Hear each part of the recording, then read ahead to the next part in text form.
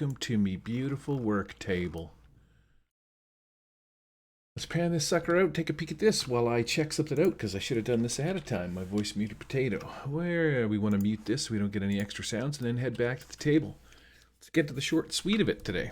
We're going to shoot over to me right monitor here. I got two things that I want to show you in the next 5 to 10 minutes. We don't want to see any of that stuff. We want to go to this one here, Disco Maps. Disco Maps is creating RPG maps. This is, again, just another post that I found on Battlemaps or something on Reddit. There's a pretty cool looking bridge map here. This guy does some nice work. I'm rather impressed. But the one that stuck out is the one that I'm doing today, and I don't see it here. Give you an idea as to what his work sort of looks like. He's got like some nice artistic style, very unique. But today's deal on me beautiful table is a sweet map that I called, or he called, Forked River, something like that. Let's lock the table down. Go into my beautiful work table here, smash the Forked River, and I'll give you an oversight of this map. Pretty straightforward, not much to it. Resized at 1600 by 945, slapped it on the table, and then cut out all the little islands, and then just put a little 3D fluff on top of it. Plain and simple. Works friggin' fantastic.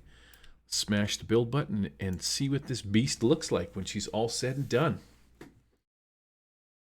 Pretty straightforward, pretty easy going. So I did the, well, it has that Amazon jungle sort of theme to it, right?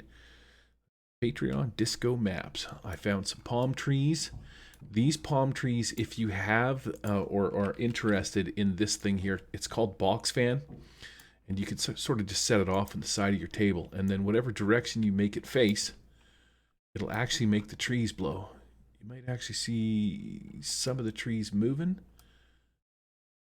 Right? Like you can see the ferns are moving and stuff like that. But that's what this does. You can adjust the power level of this thing.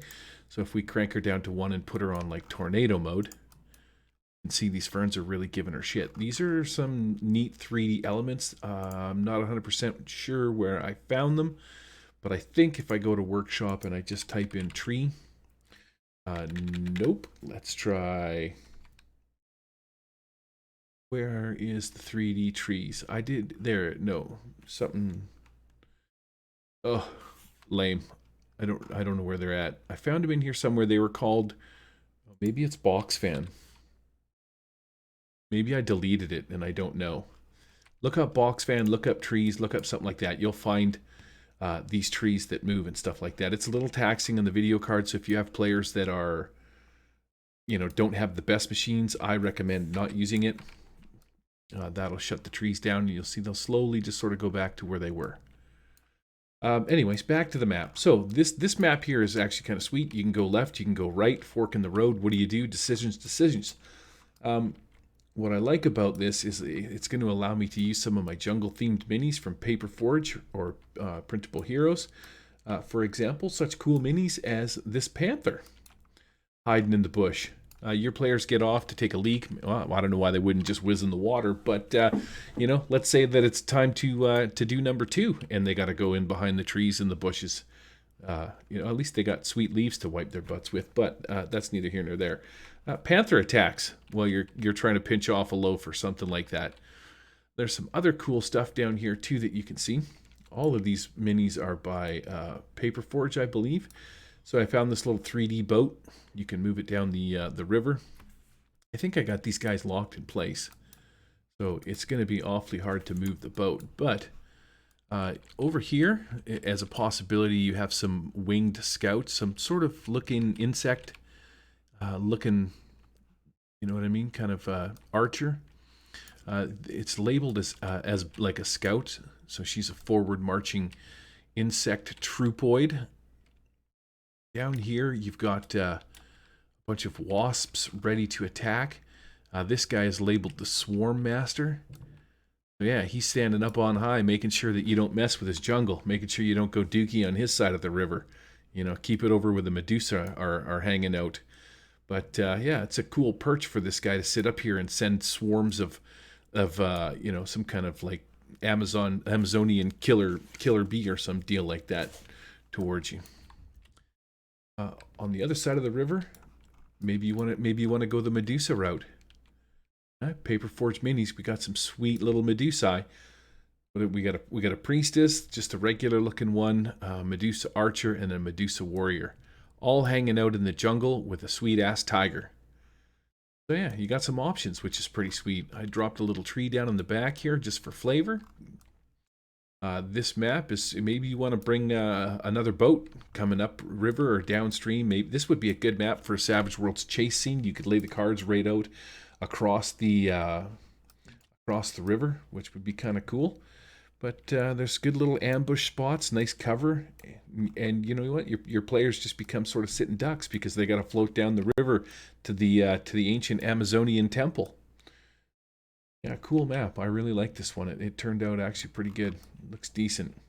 Nice little forest river map called Forked River. I'm going to make this available. As always, you can find my maps on the workshop under One World Game Table with Images. That is where you will find all of the maps. I think I'm up to 3. Well, I know I'm up to 3 tables, but I think I got 90 some odd maps that I've pulled apart and stuffed in there. Most of them are working. Now, inside of TTS, you can do a cool thing called states, but we're not going to talk about states. I'm not thinking about something else. Somebody pointed out the other day when I was trying to do a light source in my last video, that's where I should have gone to. I should have thought about that a little bit better.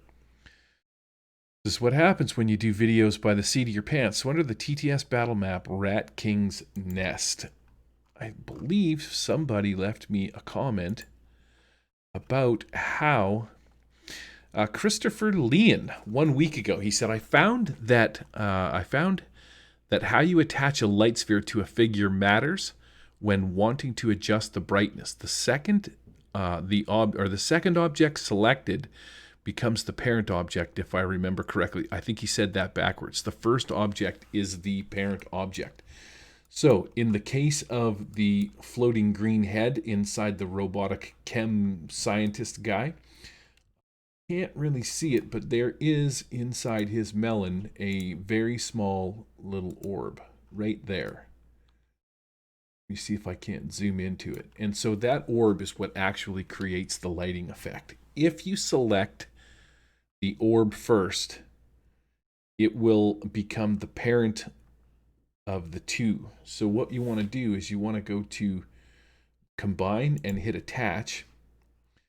From attach, you wait till the white circle shows up, and then you click on it, and then you just drag this down till you see the white outline on the Chem Punk Scientist, and then those two items become one. So if I unlock him, I should be able to pick him up and move him. Then you will see that the light goes with him. Let me hit let's make it dusk. It's dusk in the Amazon forest. And Chem Punk Scientist Greenface, he actually sort of matches. When I click on him, where is he? Toggles. I did it backwards. You look at that. Okay, so I think I can fix this thing by going to combine and attach. So color me wrong once again. I shoot that off into space, and that should disconnect it. And then by doing it again, selecting him, trying to find the little light source. Somewhere in his head is his light source. Connect him to him. Where's my light source? Right there. Would this be easier done here? Chem Punk Scientist to light source. There. That's the way that you got to do it. So now when you right click on this, you have the looping effect available. So it is, Christopher, I apologize, you were correct. The second object becomes the parent object. So when you attach it to the light, it becomes the primary. Doing that is going to allow you to change the radius of the light. Check that out just by targeting your critter. So light bulb head man here can now actually change the amount of illumination that his head pops out. which is kind of cool if you're shooting for different effects. Maybe he uses his head as a lantern kind of a thing. Anyways, that's it. That's a cool thing that Christopher Lyon, I'm not sure how to say his last name, Christopher Lyon, showed me, or he found out and showed me the other day, which I thought was really cool.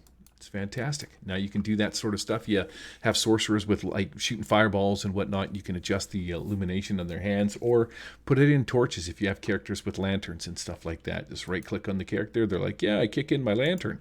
Kaboosh, and away you go, because you can't get different colored lights. All right.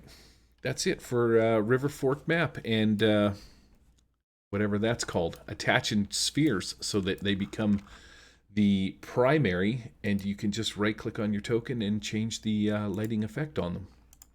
Cool. All right. Peace out.